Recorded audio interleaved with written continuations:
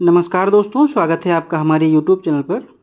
Matter Ramdhari Gupta खंड 2 से अभ्यास 21 होगा। स्पीड 100 शब्द प्रति मिनट रहेगी। शुरू करेंगे 3 सेकंड में। महोदय, भारत जैसे बहुभाषा भाषी देश में जहां विभिन्न भाषा परिवारों की 1652 भाषाएं बोली जाती हों, अष्टम सूची के अनुसार भी देश की 18 प्रधान भाषाएं हों, खान पान, वेशभूषा, रीति रिवाज आदि की दृष्टि से भी एक प्रांत दूसरे प्रांत से बहुत भिन्न हो, वहाँ देश की अखंडता को बनाए रखने के लिए सबसे अधिक आवश्यक यह है कि संपूर्ण देश के नागरिकों का वैचारिक स्तर पर आदान प्रदान हो, सांस्कृतिक विनिमय हो, एक दूसरे को समझने सराहने की चेष्टा हो। जहाँ संपूर्ण देश की भाषा एक हो, वहाँ तो शायद उस एक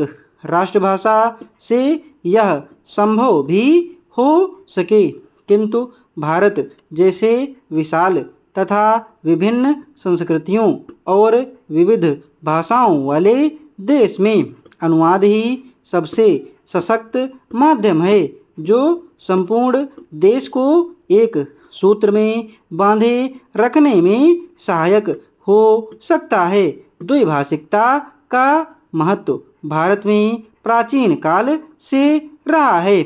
आज भी भारतीय जनसंख्या के सांख्यिकीय आंकड़े यह बताते हैं कि भारत में द्विभाषियों का प्रतिशत काफ़ी ऊंचा है। कहने की आवश्यकता नहीं कि सभी भारतवासी सामान्यतः हिंदी या निकटवर्ती प्रांत की भाषा को दूसरी भाषा के रूप में प्रयोग करते हैं। अहिंदी भाषियों के मध्य हिंदी का प्रचार शिक्षा, व्यवसाय, जनसंचार, फिल्म आदि कई कारणों से हुआ। द्विभाषिकता का महत्व रोजी रोटी और आत्म विकास या आत्म प्रचार से बढ़ता है। यह द्विभाषिकता अनुवाद की मूल भित्ति है। एक व्यक्ति अपने भावों व विचारों को दूसरे तक पहुंचा सके तथा दूसरे की बात स्वयं समझ सके, इसीलिए वह 2 या अधिक भाषाएं सीखता है। यह व्यवहारिक सत्य है कि जो व्यक्ति जितनी अधिक भाषाएं जानता है, वह उतना ही बहुज्ञ है, क्योंकि भाषा के सहारे उसका परिचय क्षेत्र तो बढ़ता ही है, वह विभिन्न भाषिक संस्कृतियों से भी परिचित होता है। देश चाहे भौगोलिक दृष्टि से छोटा हो या बड़ा, शक्तिशाली हो या निर्बल, धनी हो या निर्धन, संश्लिष्ट अंतर्राष्ट्रीय राजनीतिक स्थिति को समझने के लिए दूसरे देशों की साहित्यिक, दार्शनिक, वैज्ञानिक स्थिति को समझने तथा उनसे लाभ उठाने के लिए उसे अनुवाद का सहारा लेना पड़ता है। सभी विकसित देशों में इसीलिए अनुवाद का बड़ा महत्व है। अनुवाद संबंधी बड़े बड़े संस्थान हैं तथा बड़े सुनियोजित ढंग से अनुवाद कार्य होता है। मैं आपको यूरोप के एक छोटे से देश बल्गारिया का उदाहरण देता हूँ।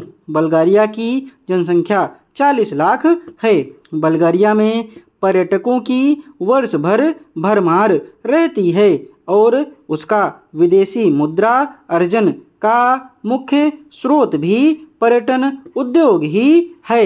विश्व के अनेक देशों के पर्यटक वहाँ आते हैं, जिनमें बल्गारियन भाषा जानने वालों की संख्या नहीं के बराबर ही होती है। इन पर्यटकों की सुख सुविधा के लिए तथा उन्हें भाषा की कठिनाई ना हो, इसलिए 2 भाषियों की जो यूरोप की विभिन्न भाषाएं जानते हों आवश्यकता होती है।